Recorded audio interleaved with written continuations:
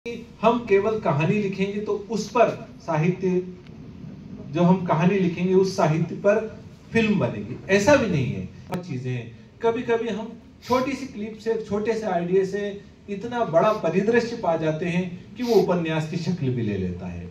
ज्यादातर इस बारे में कोई ज्यादा बात नहीं कही गई है कि किस प्रकार से एक दृश्य आपको साहित्य को लिखने के लिए प्रेरित कर सकता है। हम दैनिक जीवन में जाते हैं, आते हैं, रुकते हैं, चलते हैं, किसी से मिलते हैं, कहीं उपस्थित होते हैं, उन सब चीजों से प्रेरणा पाकर भी साहित्य लिखा जा रहा है और सिनेमा देखकर भी साहित्य लिखा जा रहा है।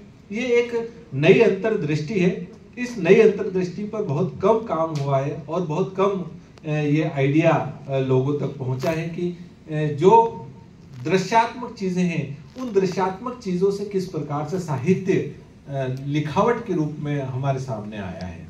ये भी एक नई चीज साहित्य और सिनेमा के संदर्भ में नोट की जानी चाहिए वर्तमान समय में।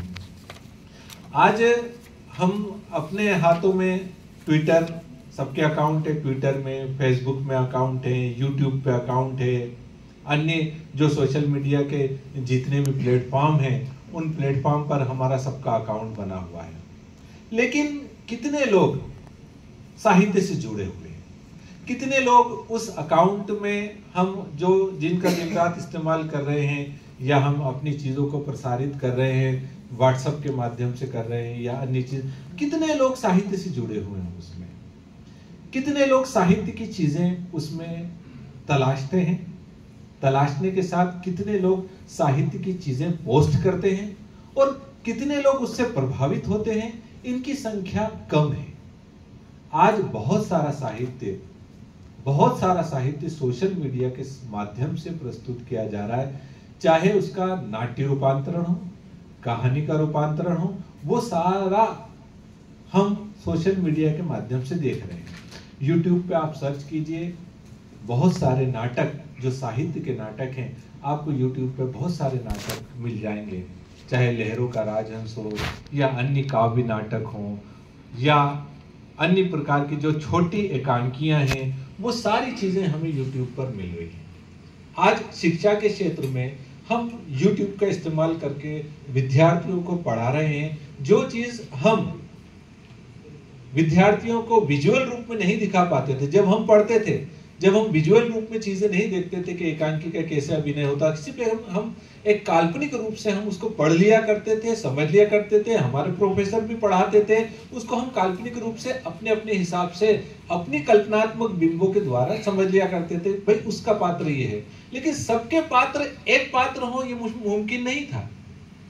सब एक ही पात्र को लेकर सोचें ये मुमकिन नहीं था। सबके अपने अपने दिमाग में अलग अलग पात्र बनते थे और उसके माध्यम से हम अपनी एकांकियां नाटक पढ़ लिया करते थे।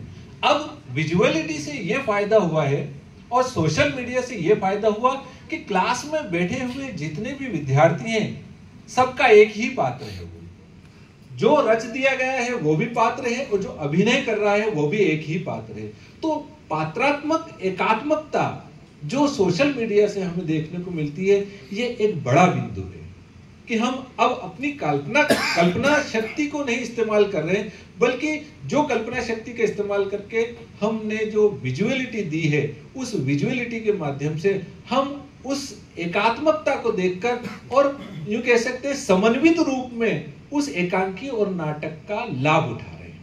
तो ये एक सरलता हमारे सामने बहुत ज्यादा, अगर हम देखें तो सोशल मीडिया के माध्यम से हमें दिखाई देती है। मैं एक यहाँ पर सोशल मीडिया पे बहुत सारी कहानियों का भी मंचन है, प्रेमचंद की कहानियों का मंचन है, धर्मवीर भारतीयों की बहुत सारी चीज़ों का, बहुत सारी रचनाओं का मंचन है, नए से नए कलाकारों का, नए से नए लेखकों का भी मंचन है। लेकिन एक चीज़ हमारे समाज से गायब होती जा रही है, वो है कहानी पाठ, कविता पाठ। कहानी पाठ, कविता पाठ किसी जमाने में जब हम छोटे थे तब कभी स्कूलों में वगैरह में और कॉलेजेस में हुआ करता था, जिसमें कहानी पाठ और काव्य पाठ में एक बेहतर तरीके से प्रस्तुति करके, जिसे हम कहते हैं मेन पावर के द्वारा, मैन पावर का इस्तेमाल करके हम उसकी अभिव्यक्ति कौशल क्षमता को आंकते थे। उस अभिव्यक्ति कौशल क्षमता को धीरे धीरे धीरे धीरे हमने भुला दिया। हम विजुअलिटी की तरफ बढ़ गए। विजुअलिटी से हम बहुत सारी चीजों को हम नाट्य रूपांतरण करके देखने लगे या अन्य चीजों को।